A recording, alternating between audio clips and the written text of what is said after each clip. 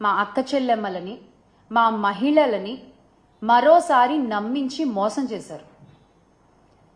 ఆయన మాకిస్తానన్న వాగ్దానం నిలబెట్టుకోలేకపోగా, ఇస్తానన్న హామీలు ఇవ్వకపోగా, జగనన్న ఇస్తున్న పథకాల్ని కూడా ఆపేసి ఈ రోజున ఆంధ్ర రాష్ట్రంలో ఉన్న మహిళలకి, ఆడపిల్లలకి, వారి కుటుంబాలకి తీవ్ర ద్రోహాన్ని చేశారు. ఎన్నికల సమయాల్లో సూపర్ 6 అంటూ పెద్ద పెద్ద బ్రాండింగ్స్ వేసుకున్నారండి కూటమి ప్రభుత్వం. మనం చూడొచ్చు ఇక్కడ ఈ సూపర్ 6 అంటూ ఈ పెద్ద పెద్ద బ్రాండింగ్ని పట్టుకుని కూటమి నాయకులు పవన్ కళ్యాణ్ గారితో సహా ప్రతి ఇంటికి తిరిగి ఈ హామీలన్నీ ఒక పేపర్పై పెట్టి నాయకులు సంతకాలు చేసి ప్రజలకు ఇచ్చారు. దీన్ని ఒక బాండ్ పేపర్లా భావించండి, మీ ఆ హామీలకి ఎటువంటి ఢోకా లేదు అని చెప్పారు. అందరూ సంతకాలు చేశారు. కానీ ఈ రోజున అధికారంలోకి వచ్చిన తర్వాత వీటి ఊసే లేదు. ఆ రోజున మీరు అబద్ధాలు చెప్పి బాండ్ పేపర్లు అంటూ ప్రతి ఒక్కళ్ళు సంతకాలు చేసి ఈ పేపర్ని ప్రజల చేతిలో ఇలా పెట్టి ఈ రోజున మీరు వచ్చిన తర్వాత వాటి ఊసే ఎత్తకుండా ప్రజల్ని మోసం చేస్తుంటే ఆ రోజు మీరు పెట్టిన సంతకాల విలువేంటో మీరే చెప్తున్నారు. ఇదేనా మీ సంతకం విలువ? ఈ రోజు ఉదయం జగనన్న కూడా ఇదే విషయమై ఆంధ్ర రాష్ట్ర ప్రజల పక్షాన అలాగే మహిళల పక్షాన ఎదుర్కొంటున్నటువంటి సమస్యలపై, ఎగ్గొట్టేసిన హామీలపై ట్విట్టర్ వేదికగా చంద్రబాబు నాయుడు గారిని నిలదీయడం జరిగింది. ఇప్పుడు ఒక సాటి మహిళగా మా మహిళలకు జరుగుతున్న అన్యాయాలపై నేను కూడా అడుగుతున్నాను.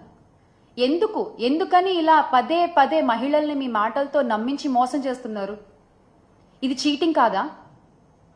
ఇది అన్యాయం కాదా? అసలు ఇలా మహిళల్ని మోసం చేస్తున్నందుకు చట్టపరంగా మీ పైన 420 కేసు పెట్టచ్చు. ఎందుకు మీరు ఇచ్చిన వాగ్దానాలపై మీకు అంత చులకన భావం? ఎందుకు మీ మేనిఫెస్టో అంటే మీకు అసలు అంత లెక్క లేదు? ఎందుకు ప్రజలకు ఇచ్చిన మాటల్ని టేక్ ఇట్ ఫర్ గ్రాంటెడ్గా తీసుకుంటారు మీరు? ఇదేమీ మీకు కొత్త కాదు, ఇదేమీ కూటమి నాయకులకి కొత్త కాదు. 2014లో కూడా ఇలాగే మీరు చూసుకున్నట్లయితే 2014లో కూడా డ్వాక్రా రుణమాఫీ అని మహిళలకి ఆశలు కల్పించి అధికారంలోకి వచ్చిన తర్వాత యథావిధిగా ఎగ్గొట్టేశారు. ఇక్కడ మనం చూడండి, చంద్రబాబు నాయుడు గారు ఉన్నారు, పవన్ కళ్యాణ్ గారు ఉన్నారు, మోదీ గారు ఉన్నారు. మీరు చెప్పిన మాటలకి విలువ లేదు, మీరు ఇచ్చిన హామీలకి విలువ లేదు, మీరు చేసిన సంతకానికి విలువ లేదు. అంటే పోన్లే పాపం మహిళలు పదే పదే నమ్ముతున్నారు మనల్ని, చాలా చులకనగా తీసుకోవచ్చు, చాలా తేలిగ్గా మోసం చేసేయచ్చు అనుకుంటున్నారా మీరు?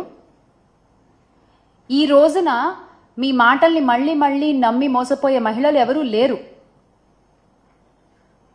ఖచ్చితంగా ప్రతి మహిళ ఈరోజు మిమ్మల్ని గద్దె దించే ప్రయత్నం చేస్తున్నారు. మీరు ఆ విషయం గ్రహించాలి. అసలు అన్ని హామీల్లోకి కూడా తల్లికి వందనం అనేది మా ముఖ్యమైనటువంటి హామీ అని మీరు చెప్పుకుంటూ వచ్చారు. ఆ తల్లికి వందనం గురించి మీరు ఎలా ప్రచారం చేశారో కూడా ప్రతి ఒక్కళ్ళకి తెలుసు. ఏడాదికి రూపాయలు 15,000 చొప్పున ఇస్తామన్నారు. అది ఇవ్వకపోగా మీరు అధికారంలోకి రాగానే జగనన్న ఇస్తున్నటువంటి అమ్మఒడి పథకాన్ని కూడా ఆపేశారు. గత 7-8 నెలలుగా పిల్లలు, తల్లులు మీరు ఇస్తానన్న ఆ తల్లికి వందనం హామీ కోసం ఎదురు చూస్తూనే ఉన్నారు. ఆ పిల్లల ఎదురు చూపులకి మీరు ఏం సమాధానం చెప్తారు? ఆ తల్లుల ఎదురు చూపులకి మీరు ఏం సమాధానం చెప్తారు? వాళ్ళ భవిష్యత్తుకు మీరేమి సమాధానం చూపిస్తారు? మేము ప్రశ్నిస్తున్నాం. ఈ రోజున రాష్ట్రంలో ప్రతి ఒక్కళ్ళు జగన్మోహన్ రెడ్డి గారు ఉంటే అనేటువంటి ప్రశ్నని వాళ్ళు వేసుకుంటున్నారు. ఖచ్చితంగా దానికి తగ్గ సమాధానాన్ని త్వరలోనే మీకు చూపిస్తారు. అసలు ఏ రకంగా ప్రచారం చేశారండి మీరు? ఇంటింటికి తిరిగి ఎంతమంది పిల్లలు ఉంటే ప్రతి ఒక్కళ్ళకి నీకు 15,000, నీకు 15,000, నీకు 15,000, ఒకళ్ళుంటే 15,000, ఇద్దరుంటే 30,000, ముగ్గురుంటే 45,000, నలుగురుంటే 60,000 ఇలా చెప్పుకుంటూ పోయారు కదా. రామానాయుడు గారు అయితే, గౌరవ మంత్రి రామానాయుడు గారు అయితే ఆయన అసలు ప్రతి గ్రామానికి తిరిగి ప్రతి ఇంటికి